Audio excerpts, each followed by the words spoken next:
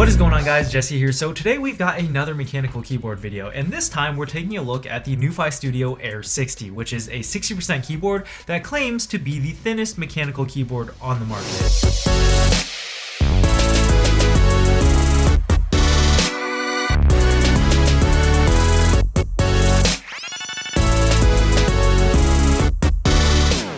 And along with this, they've also sent along some accessories, being extra keycaps, which you can get for $19 extra, and also a folio case, which is also $19. So we'll take a look at these in a bit after we've opened up the keyboard, but first, let's dive into this.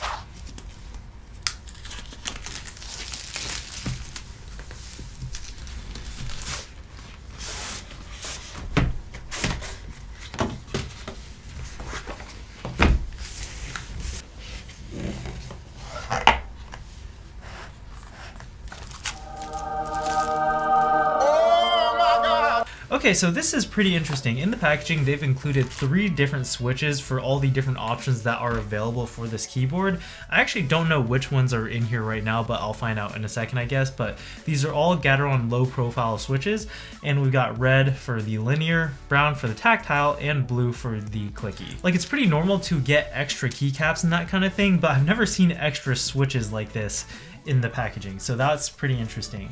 It also has these sort of like rubber things on here that I'm not entirely sure what they're for yet. I am assuming there's some sort of feet for the board, but we'll see in a second. And also a really nice looking switch puller, which I'm always a fan of. We've also got this super short USB-C to C cable, because one of the things that they were marketing about this board is that you can actually just place it on top of your MacBook keyboard and use it instead of the regular one that's on there.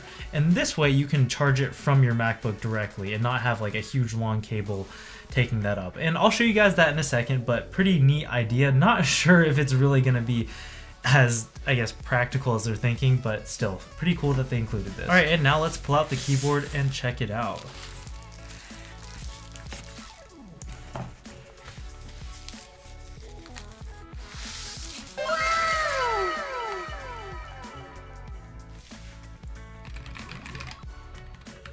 Okay, so I have the brown ones in here for sure, and first impression, it really is thin. Like, I am seriously impressed that this thing is a mechanical keyboard and this thin.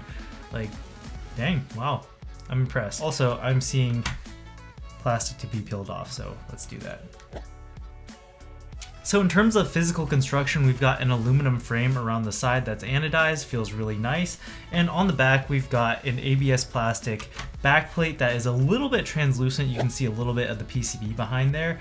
And it's got this kind of weight thing in the middle that gives it a little bit more heft than you would expect from the size. Now, bringing out the scale and putting it on here, let me just get that here so you guys can see it. 452 grams, which for a keyboard of this size, I guess, is a little bit heavier than you would expect it to be, which is, I think, a good thing. The board also does come with these orange rubber feet, which allow you to get some different typing angles, and the way that they attach to the board is actually pretty cool. So basically, you can see that there's these slots for these feet that are on the board, and also magnets right here, and you can actually see it through the plastic on the board itself that there's a little magnet on there, and I'm assuming you just kind of plop it into place there. And there you go. More angle on your typing, which is really nice. The only downside I can see of this is if you don't want to use these, then you're now going to have to find somewhere to store the extra feet, which is a little bit unfortunate. The keycaps are made out of PBT, which is my preferred material for keycaps, just because they're a little bit more resistant to finger oils and also just give you a nice texture that feels nice on the fingertips. The board is also hot swappable, which is really nice, so if you ever get bored of these switches, you can always switch them out for something else, or if you ever want to lube these, then it's really easy to just take them out, do it, and then put them back in. The board is also fully RGB backlit with north-facing LEDs, and these 2 LED light strips on either side of the board that look pretty cool. It's compatible with Mac OS, iOS, Android, Windows, and Linux, so pretty much anything you want to connect this to, it can handle it. And of course, it's also wireless and supports wired USB-C, Bluetooth, or 2.4 gigahertz for a more stable wireless connection. With that, it also has a 2500 mAh battery built in that lasts up to 48 hours. I wish that was a little bit longer, but it is what it is. And I guess when you're trying to fit it into a chassis this small, it does kind of make sense that the battery life isn't the best. So this board retails for $110, and I think for that price you're actually getting a pretty good amount for your money. But let's see also what you get with the accessories as well. So we've got the two main ones, which are the extra keycaps. So this is a different colorway. You can see through the packaging.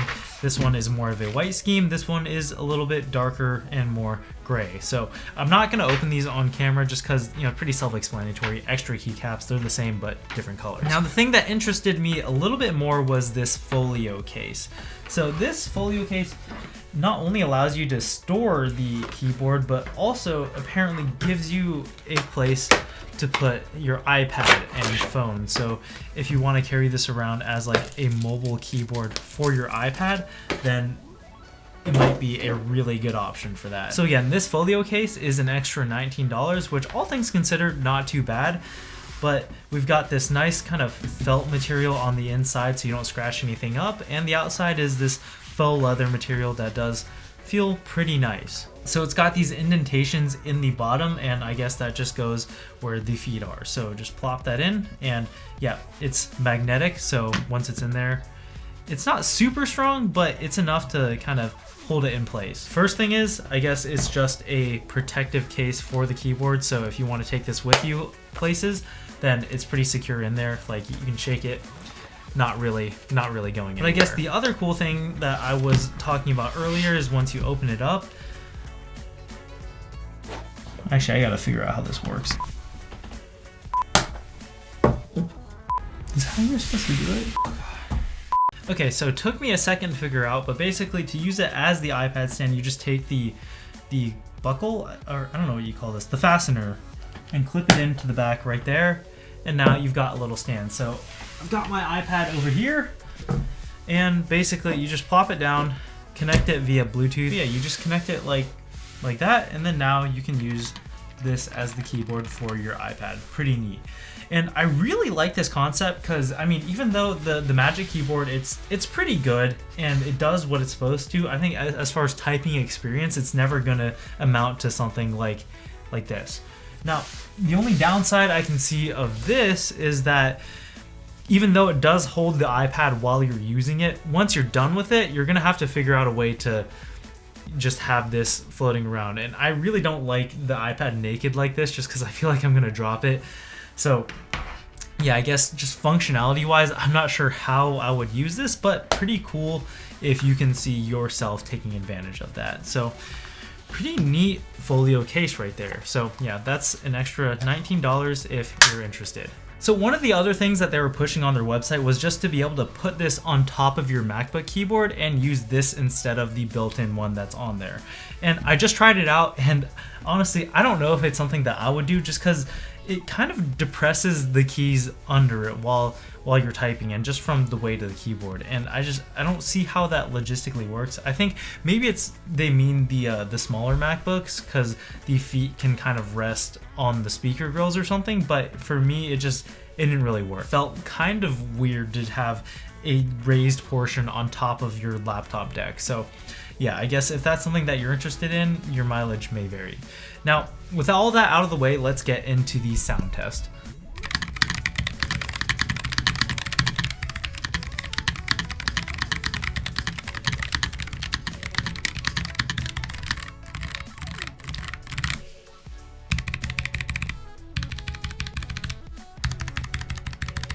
Okay, so that was the sound test, and I think overall, not bad, especially for the price of $110. I think you're getting a pretty decent value for your money in terms of build quality, the sound, and the feel. This, I think, is actually a pretty good option. Anyways, those are my thoughts. Let me know what you think in the comment section down below. Like if you liked it, sub if you loved it, and I'll catch you guys in the next one. Peace.